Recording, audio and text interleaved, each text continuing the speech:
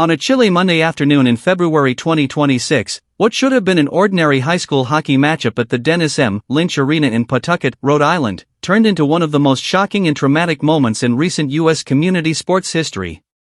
What started as cheers and clanging skates rapidly spiraled into gunfire, fear, and devastation, leaving families shattered, survivors in shock, and an entire community struggling to grasp the unthinkable. This is the full story of what happened that day, who was involved, why authorities believe it unfolded the way it did, and how this tragedy has rippled far beyond Pawtucket in a way that has gripped the nation with horror, heartbreak, and urgent questions about safety, trauma, and violence in America. The calm before the storm, a community at the rink. It was Monday, February 16, 2026, just after 2:30 p.m. Eastern Standard Time, the kind of crisp winter afternoon when local families bundled up to take in a high school hockey game. The Dennis M. Lynch Arena in Pawtucket, a modest but beloved venue where youth hockey teams from around Rhode Island gather, was bustling with spectators, parents, siblings, and friends. Teams from Coventry/Johnston Co-op and Blackstone Valley Co-op were on the ice in a matchup that had drawn a crowd, including many relatives and classmates of the players.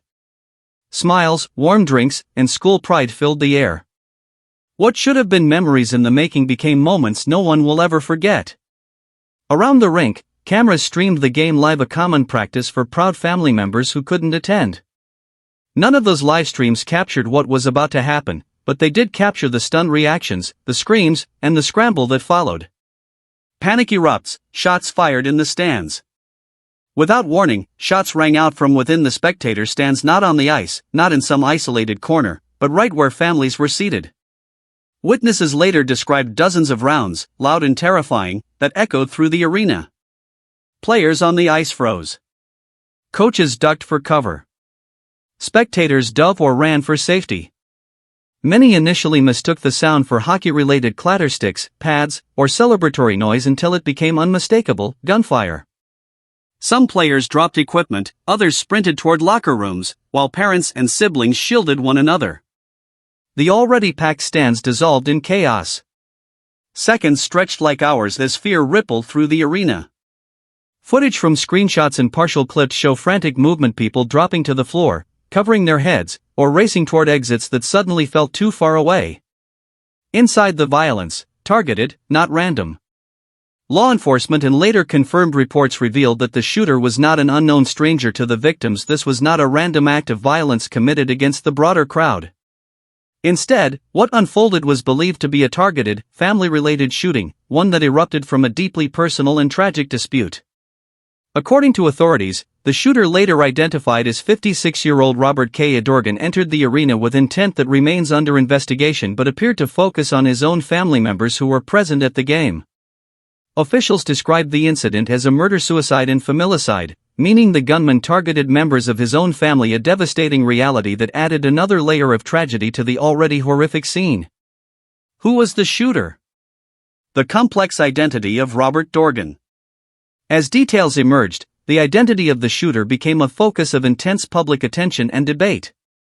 Law enforcement confirmed that the individual responsible was Robert K. Dorgan, a 56-year-old man from North Providence, Rhode Island.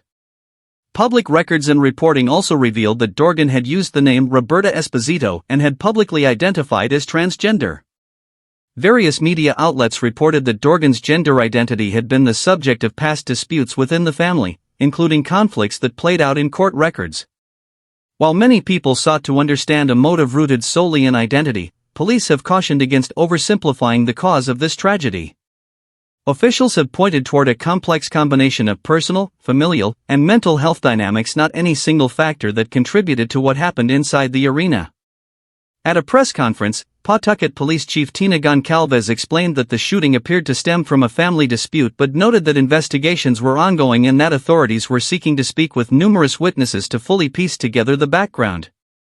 Heroism amid chaos, bystanders and responders step up. In the midst of panic and terror, there were glimmers of bravery. Eyewitness accounts and reporting mentioned at least one bystander, a fellow parent, who attempted to disarm the shooter after the first shots were fired. Although the gunman reportedly had more than one weapon, this intervention helped prevent further violence from continuing unchecked.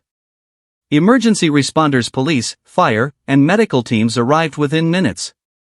Their speed and coordination undoubtedly saved lives and prevented further tragedy. Officials from the FBI, Bureau of Alcohol, Tobacco, Firearms and Explosives, ATF, and multiple local agencies also converged on the scene to assist in the investigation and support recovery efforts. Players from both hockey teams, though caught in the chaos, were confirmed safe and accounted for after being evacuated. Administrators from the participating schools expressed profound relief that no athletes were harmed, even as they mourned the trauma their students experienced. A nation reacts. Political leaders and public figures speak out.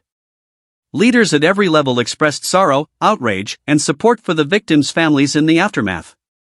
Rhode Island Governor Dan McKee called the shooting a tragic event and pledged state support. Senator Jack Reed praised first responders and encouraged the community to seek healing. Professional sports organizations, including the New England Patriots and Providence Bruins, issued statements offering condolences and solidarity with the affected families and the broader Rhode Island community. Across social media and national news outlets, Americans expressed heartbreak, frustration at the recurrence of gun violence, and admiration for those who acted courageously amid danger. The February 16 shooting at the Dennis M. Lynch Arena in Pawtucket is one of those moments that force a community and a nation to reflect deeply on violence, vulnerability, and shared responsibility. It was a day when a sport meant to teach teamwork, discipline, and pride became the backdrop for human loss. A routine high school game became a national tragedy. Families laughing and cheering moments before were forever changed in the blink of an eye. In remembering the victims, honoring the brave responders, and holding space for the survivors, the story of that day will continue to resonate not simply as a news headline, but as a powerful call to examine how communities safeguard their young, support their vulnerable, and confront the realities of gun violence in modern America.